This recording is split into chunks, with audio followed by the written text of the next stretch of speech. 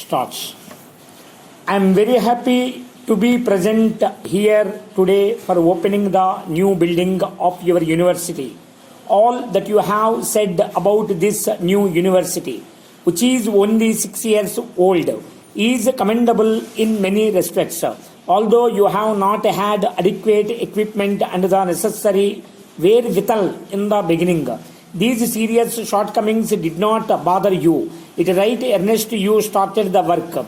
One might feel sorry, but I am sure no one will feel surprised to know that in its 7th year this university doesn't possess departments in subjects like Sanskrit and English on the side of arts and physics, chemistry, anthropology and zoology on the side of science. I need not say much about the importance of the Sanskrit language, which besides having its own vast treasure of knowledge, is verified the mother of the present day Indian languages of the North. The study of English language and literature is also essential for a university student, for it is a language which may in our country have been cultivating for the last 200 years, and which is recognized as a medium of international expression by virtue of its being the language of a number of countries. Equally important is the study of chemistry and physics, which are in a way the basic sciences, which go to form the foundations of all technical and scientific knowledge. As for anthropology and zoology, these two subjects have special significance for your state. Inhabited as your state is by a number of tribal people, speaking different tongues and having different customs, and possibly belonging to different ethnic groups. No other state in India provides such favorable conditions and opportunities for the study of anthropology as yours. In respect of geology also, I feel that its study should have special importance for the University of Guwahati, for the benefit of not only Assam, but the whole country. Assam is so rich in mineral wealth, which is yet to be tapped, and so far as the production of oil goes, your state has its virtual monopoly in India. I am glad you have not been discouraged by these shortcomings, but you are endeavoring to create departments in these subjects as early as possible. I have not the least doubt that the government of India will, on their part, do all that is possible to enable you to do so. I must congratulate on maintaining high accident standards. In university, it has been said in certain quarters that for the last few years, some of our universities have relaxed their standards.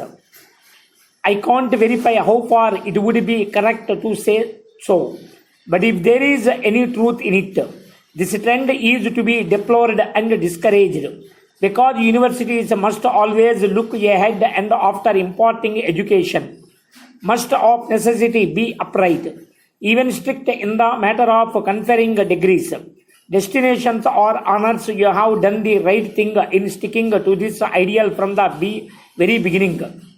I am one with you that in order to fully useful to the people for whom a university serves, it ought to be a teaching body. I am glad that in your planning you have kept this point in view. I hope the building which you have been good enough to invite me to open today marks the beginning of your undertaking in that direction. Apart from imparting education, which is after all the real aim of a university, it will also help you to coordinate and centralize your academic activities.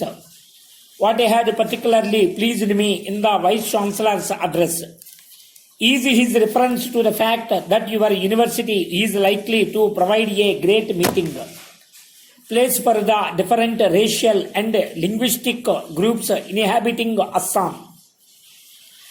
My own view is that a university, besides being a seat of learning, should also be a center of real cultural activity for the mixing of people professing different faiths, speaking different tongues and having different customs and traditions. No other place can be more suitably than a university. This is because a university is singularly free from any kind of bias and the din and turmoil of politics. It provides an ideal atmosphere for all people to come close together and understand each other. I need hardly point out that you will be rendering a great service, not only to your state but to the whole of India. If you keep this objective before you, you will have rendered a great service to the nation if by sticking to your resolve you succeed in bringing all these groups together by providing them equal opportunities, thereby promoting mutual understanding and the good of all. I am thankful to the Vice Chancellor for having invited me to open this building and for giving me an opportunity to address you today. I wish your university a bright future and hope it will succeed in tiding over the difficulties and will be counted as one of India's great seats of learning and education, reproduction and multiplication of books and other things is one of the characteristics of modern age. If someone wrote a book in ancient times, the writer could have only one copy of the handwritten manuscripts. If more copies were required, the whole thing had to be rewritten in hand by a scribe, which was an expense and an arduous job today. On the other hand, if we want reproductions of a book or a given event, we have at our disposal not only printing press, but a few other scientific devices. Multiplication of things in the present age appears to be a mere child's play. In earlier days, if a good drama was staged and it happened to gain popularity, only those could benefit from it who were physically present then that play was staged. That is because the actors could not manage to be at more than one place at a time. Even if a play was restaged, no one could guarantee that it would be rendered with the same skill and have the same effect on the audience as the original play staged earlier. All that has changed today. Now we can have a play staged simultaneously. At several places we can have it cinematographed, and in this way also reproduce the original voice of every actor. That is what is generally known as a film. Cinema is a very powerful medium for projecting ideas. It can create excellent effect on the audience if it has well-groomed actors, nice dialogue and conveys a good moral. But it is equally potential in its destructive powers if the characters are immoral, so that their life as portrayed in films tends to degrade rather than raise society.